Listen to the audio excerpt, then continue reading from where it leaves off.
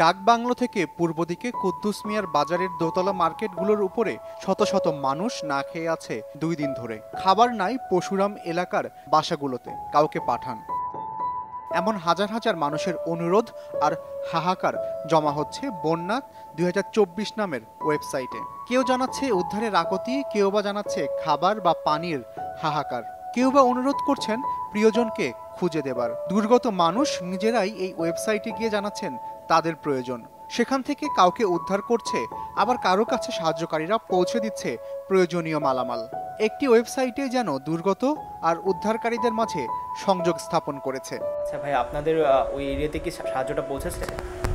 বন্যা 2024.xyz নামের এই ওয়েবসাইটটি বানিয়েছেন বাংলাদেশ ইউনিভার্সিটি অব প্রফেশনালস বিইউপির ম্যানেজমেন্ট বিভাগের 3য় বর্ষের শিক্ষার্থী ইফতেখার উচ্ছ্বাস আহমেদ। বেশিরভাগ যারা আসতেছে পাবলিকের কাছ থেকে কিংবা যারা ভুক্তভোগী তাদের কাছ থেকে। ওয়েবসাইটটা ওপেন ফর অল, এখানে কিন্তু যে কেউ এসেই একটা ফর্ম পাবে, ফর্মে কিন্তু তারা নিজেদের ডাটা ইনপুট দিতে পারবে।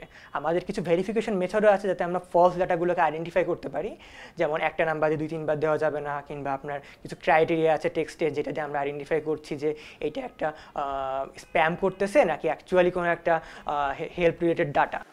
প্রতি মুহূর্তেই নতুন নতুন অনুরোধ আসছে ওয়েবসাইটটিতে। ওয়েবসাইটটির প্রচার ও সেখানে আসা অনুরোধগুলোর যাচাই বাছাই করে প্রয়োজনীয় উদ্যোগ নিচ্ছে উচ্ছ্বাসের 3 বন্ধু সারিতা, সীমা ও আজিজ। হয় তাদেরকে কল করছি যারা ডেটা দিয়েছে তাদেরকে, অথবা যেই ফেসবুক পোস্টগুলো থেকে নেওয়া হচ্ছে সেখানের কমেন্টে যে আমরা চেক করছি যে এখানে কোনো আপডেট আছে নাকি। ওই আপডেটগুলো পেয়ে তারপর আমরা ডেটাবেজে আপডেট করছি যে রেস্কিউড কি না। এখন আমাদের জন্য যে চ্যালেঞ্জটা আসলে সেটা হচ্ছে আমাদের এই ওয়েবসাইটটা এখন মোটামুটি ভাইরাল, এবং সবাই ওয়েবসাইটটাতে ইনপুট দিচ্ছে, ডাটাগুলো ইনপুট দিচ্ছে যে কার হেল্প লাগবে, কার হেল্প লাগবে না। বন্যা দুর্গতদের অনেক অনুরোধ এলেও তাদের কাছে পর্যাপ্ত সহায়তা পৌঁছাতে না পারাটা বড় সমস্যা বলে মনে করছে উচ্ছ্বাস। কিছু কিছু জায়গায় অনেক বেশি ত্রাণ চলে যাচ্ছে, অনেক বেশি সাপোর্ট চলে যাচ্ছে, কিন্তু আবার অনেক জায়গায় আছে 3-4 দিন কোনো খাবার পৌঁছায় নাই, কিন্তু কোনো ত্রাণ পৌঁছায় নাই। তো এই যে একটা সমন্বয়ের গ্যাপ আছে, এই গ্যাপটা যদি আমাদের অ্যাড্রেস করতে পারতাম সরকারের সাহায্যে হোক, বিভিন্ন বাহিনীর সাহায্যে হোক, তাহলে কিন্তু আমরা এই যে যারা অ্যাকচুয়ালি সাপোর্ট পাইতেছে না ওদেরকে আমরা প্রপারলি সমবন্টন করে সাহায্যটা প্রোভাইড করতে পারতাম বলে আমার মনে হয়। দেশের এই দুর্যোগকালীন সময়ে নানাভাবে নিজ নিজ জায়গা থেকে এগিয়ে এসেছেন জেনারেশন জেড বা জেনজিরা।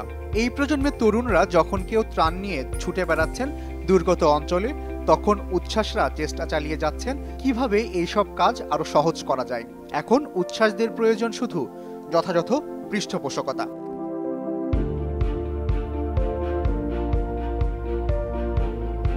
এস আল আরিফিন, প্রথম আলো।